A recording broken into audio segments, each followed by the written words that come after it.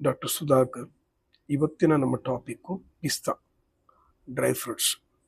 ಅಂದರೆ first nutrition ನೋಡೋಣ. 100 gram ಪಿಸ್ತಾ ತೊಗೊಂಡ್ರೆ ಏನು ನ್ಯೂಟ್ರಿಷನ್ ಇರುತ್ತೆ ನೋಡೋಣ. 100 ಗ್ರಾಮ್ ಪಿಸ್ತಾ ಏನಾದರೂ ತೊಗೊಂಡ್ರೆ ಕ್ಯಾಲೋರೀಸ್ ಎಷ್ಟು ಬರುತ್ತಂದರೆ 562 ಕ್ಯಾಲೋರೀಸ್ ಬರುತ್ತೆ. ಅದರಲ್ಲಿ ಫ್ಯಾಟ್ ಎಷ್ಟಿದೆಯಪ್ಪ ಅಂದರೆ 100 ಗ್ರಾಮ್ಗೆ 45 ಗ್ರಾಮು ಫ್ಯಾಟ್ ಇದೆ. ಆಮೇಲೆ ಅದರಲ್ಲಿ ಕೊಲೆಸ್ಟ್ರಾಲ್ ಇದೆಯಾ? ಕೊಲೆಸ್ಟ್ರಾಲ್ ಇದರಲ್ಲಿ ಇಲ್ಲ, ಇದರಲ್ಲಿ 0. ಆಮೇಲೆ ಸೋಡಿಯಂ ಎಷ್ಟಿದೆ? 1 ಮಿಲಿಗ್ರಾಮ್. ಆಮೇಲೆ ಪೊಟ್ಯಾಷಿಯಂ ಎಷ್ಟಿದೆ? 1000 ಮಿಲಿಗ್ರಾಮ್. ಆಮೇಲೆ ಕಾರ್ಬೋಹೈಡ್ರೇಟ್ ಎಷ್ಟಿದೆ? 28 ಗ್ರಾಮ್ ಇದೆ. 28 ಗ್ರಾಮಲ್ಲಿ ಡೈಟ್ರಿ ಫೈಬರ್ ಎಷ್ಟಿದೆ? 10 ಗ್ರಾಮ್ ಇದೆ. ಆಮೇಲೆ ಪ್ಯೂರ್ ಶುಗರ್ ಎಷ್ಟಿದೆ? 8 ಗ್ರಾಮ್ ಇದೆ. ಆಮೇಲೆ ಪ್ರೋಟೀನ್ ಎಷ್ಟಿದೆ? 20 ಗ್ರಾಮ್ ಪ್ರೋಟೀನ್ ಇದೆ.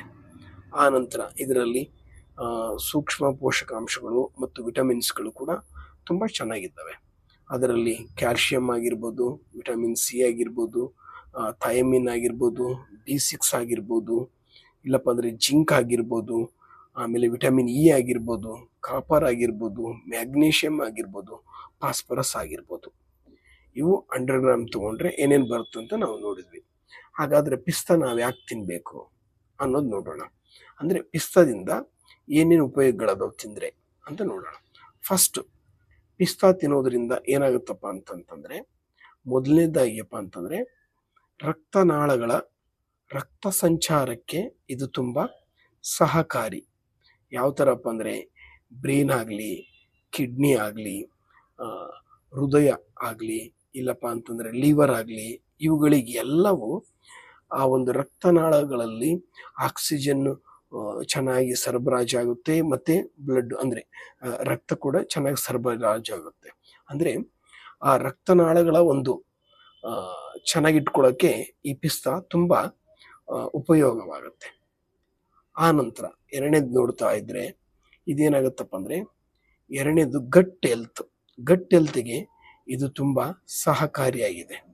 ಅಂದರೆ ಈ GITಯಲ್ಲಿ ಒಂದು ವೇಳೆ ಕ್ಯಾನ್ಸರಸ್ಸಿಗೆ ಕೂಡ ಇದರಲ್ಲಿರುವಂಥ ಆ್ಯಂಟಿ ಆಕ್ಸಿಡೆಂಟ್ಗಳಿಂದ ಕ್ಯಾನ್ಸರ್ನು ಕೂಡ ತಡೆಯುತ್ತಂತ ಇತ್ತೀಚಿನ ಸಂಶೋಧನೆಗಳಲ್ಲಿ ಇದು ಗೊತ್ತಾಗಿದೆ. ಇದಾದ ನಂತರ ನಾವು ಹೇಳೋದೇನಪ್ಪ ಅಂದರೆ, ಇದು ಕೆಟ್ಟ ಕೊಲೆಸ್ಟ್ರಾಲ್ನ ದೇಹದಲ್ಲಿ ಕಮ್ಮಿ ಮಾಡಿ ಒಳ್ಳೆ ಫ್ಯಾಟ್ನ ಇದು ಜಾಸ್ತಿ ಮಾಡೋದ್ರಿಂದ ಹಾರ್ಟಿಗೆ ತುಂಬ ಸಹಕಾರಿಯಾಗಿದೆ.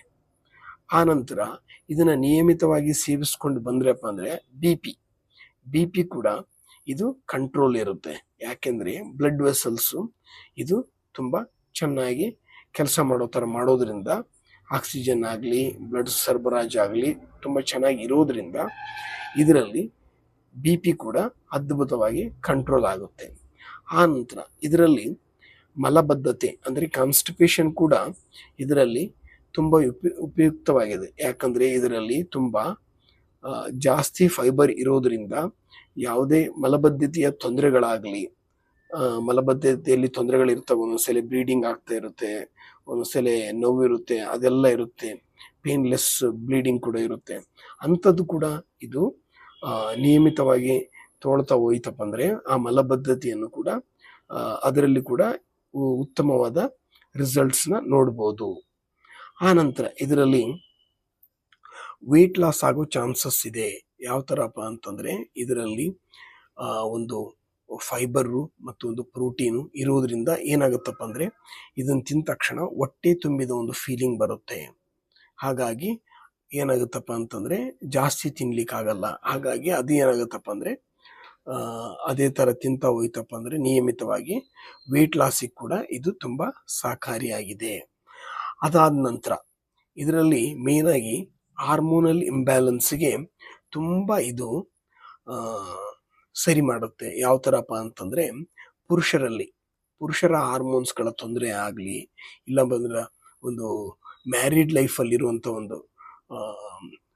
ಯಾವುದಪ್ಪ ಅಂತಂದರೆ ವೈವಾಹಿಕ ಜೀವನದ ಒಂದು ಸಾಮರ್ಥ್ಯ ಕಮ್ಮಿ ಇರೋದಾಗಲಿ, ಅಂಥದ್ರಲ್ಲಿ ನಿಯಮಿತವಾಗಿ ಪಿಸ್ತಾನ ಬಳಸ್ಕೊಂಡ್ರೆ ಒಂದು ಪುರುಷರಲ್ಲಿ ಹಾರ್ಮೋನ್ಸ್ಗಳು ಸರಿಯಾಗಿ ಮತ್ತು ಒಂದು ವೇಳೆ ಶೀಘ್ರ ಸ್ಖಲನಕ್ಕೆ ಕೂಡ ಇದು ತುಂಬ ಸಹ ತುಂಬ ಹೆಲ್ಪ್ ಮಾಡುತ್ತೆ ಅಂಥವ್ರಿಗೆ ಕೂಡ. ಹಾಗಾಗಿ ಆಮೇಲೆ ಇದೇ ಮಹಿಳೆಯರ ವಿಷಯದಲ್ಲಿ ಆಯ್ತಪ್ಪ ಅಂತಂದರೆ ಅವರಿಗೆ ತಿಂಗಳ ಋತುಚಕ್ರ ಸರಿಯಾಗಿ ಸರಿಯಾದ ರೀತಿಯಲ್ಲಿ ಮತ್ತು ಸರಿಯಾಗಿ ಟೈಮಿಗೆ ಬರೋ ಥರ ಇದು ಏನು ಮಾಡುತ್ತಪ್ಪ ಅಂದರೆ ಹೆಲ್ಪ್ ಮಾಡುತ್ತೆ. ಅದಾದ ನಂತರ ಇದ್ರ ಜೊತೆಗೆ ಈ ಡಯಾಬಿಟೀಸ್ ಯಾರು ಇರ್ತಾರಲ್ಲ, ಅಂದರೆ ಈ ಶುಗರ್ ಪೇಷಂಟ್ ಆಗಲಿ, ಅವರು ಒಂದು ರಾತ್ರಿ ಒಂದು 10 ನೆನೆಸಿ ಬೆಳಿಗ್ಗೆ ಅದನ್ನು ತಿನ್ನೋದ್ರಿಂದ ನಿಯಮಿತವಾಗಿ ಇದನ್ನು ಮಾಡ್ಕೊಂಡು ಬಂದರೆ, ಅಂದರೆ ಮೆಡಿಕೇಷನ್ ಜೊತೆಗೇ ಇದನ್ನು ಮಾಡ್ಕೊಂಡು ಬಂದಾಗ ಏನಾಗುತ್ತಪ್ಪ ಅಂತಂದರೆ ಶುಗರ್ ಕೂಡ ಅದ್ಭುತವಾಗಿ ಕಂಟ್ರೋಲಿಗೆ ಬರುತ್ತೆ. ಆ ನಂತರ ಇದರಲ್ಲಿ ಥೈಮಿನ್ ಇರೋದ್ರಿಂದ ಕಣ್ಣಿನ ತೊಂದರೆಗಳಿಗೆ ಇದು ತುಂಬ ಕಣ್ಣಿನ ಒಂದು ತೊಂದರೆ ಆಗ್ಲಾರ್ದಂಗೆ ನೋಡೋಕ್ಕೆ ತುಂಬ ಸಹಕಾರಿಯಾಗಿದೆ. ಅಂದರೆ ಕಣ್ಣಿನ ತೊಂದರೆಗಳಪ್ಪ ಅಂದರೆ ಇರುಳು ಕುರುಡು, ಅಂದರೆ ನೈಟ್ ಬ್ಲೈಂಡ್ನೆಸ್ ಆಗ್ಬೋದು, ಅದಾಗ್ಬೋದು. ಇಲ್ಲಪ್ಪ ಅಂತಂದರೆ ದೃಷ್ಟಿ ದೋಷ ಆಗ್ಬೋದು. ಇಲ್ಲಾಂದರೆ ಬೇಗ ಇತ್ತೀಚಿನ ದಿನಗಳಲ್ಲಿ ಬೇಗ ಒಂದು ಯಂಗ್ ಪೀಪಲ್ಗೆ ಒಂದು ಪೊರೆಗಳು ಬರೋದಾಗಲಿ, ಕಣ್ಣಿನ ಸಮಸ್ಯೆಗಳಾಗೋದನ್ನು ಕೂಡ ಇದು ಅದ್ಭುತವಾಗಿ ಏನು ಮಾಡುತ್ತಪ್ಪ ಅಂದರೆ ಇದರಲ್ಲಿರುವಂಥ ಥೈಮಿನ್ನು ಮತ್ತು ಆ್ಯಂಟಿ ಆಕ್ಸಿಡೆಂಟ್ಗಳಿಂದ ಅದು ಕೂಡ ಕಣ್ಣಿನ ರಕ್ಷಣೆಗೆ ಇದು ತುಂಬ ಅದ್ಭುತವಾಗಿ ಕೆಲಸ ಮಾಡುತ್ತೆ. ಆ ನಂತರ ಆಮೇಲೆ ಏನಾಯ್ತಪ್ಪ ಅಂದರೆ ಇದನ್ನು ನಿಯಮಿತ ಬಳಸ್ಕೊಂಡು ಬಂದರೆ ಒಬ್ಬೊಬ್ರಿಗೆ ಏನಾಗುತ್ತಪ್ಪ ಅಂದರೆ ವೈಟ್ ಕೂದಲಾಗಲಿ, ಇಲ್ಲಪ್ಪ ಅಂದರೆ ವಯಸ್ಸಾದವ್ರ ಥರ ಕಾಣಕ್ಕೆ ಶುರು ಮಾಡ್ತಾರೆ. ಅಂಥವರಲ್ಲಿ ಕೂಡ ಏನಾಗುತ್ತಪ್ಪ ಅಂದರೆ ಇದನ್ನು ನಿಯಮಿತವಾಗಿ ಬಳಸ್ಕೊಂಡು ಬಂದರೆ ವೈಟ್ ಕೂದಲ ಕೂಡ, ಅಂದರೆ ಅರ್ಲಿ ಏಜಲ್ಲಿ ವೈಟ್ ಕೂದಲು ಆಗ್ಲಾರ್ದಂಗೆ ನೋಡ್ಕೊಳ್ಳುತ್ತೆ, ಅಂದರೆ ಬಿಳಿ ಕೂದಲು ಆಗ್ಲಾರ್ದಂಗೆ ನೋಡ್ಕೊಳ್ಳುತ್ತೆ ಮತ್ತು ವಯಸ್ಸಾದವ್ರು ಆಗ್ಲಾರ್ದಂಗೆ ಇದು ಕಾಪಾಡುತ್ತೆ. ಸ್ಕಿನ್ನಿಗೂ ಕೂಡ ಒಳ್ಳೆ ರೀತಿಯಿಂದ ವಿಟಮಿನ್ ಇ ಇರೋದ್ರಿಂದ ಒಳ್ಳೆ ರೀತಿಯಿಂದ ಇದು ಕಾಪಾಡಿಕೊಡುತ್ತೆ ಅಂತ ಹೇಳ್ಬೋದು. Okay friends.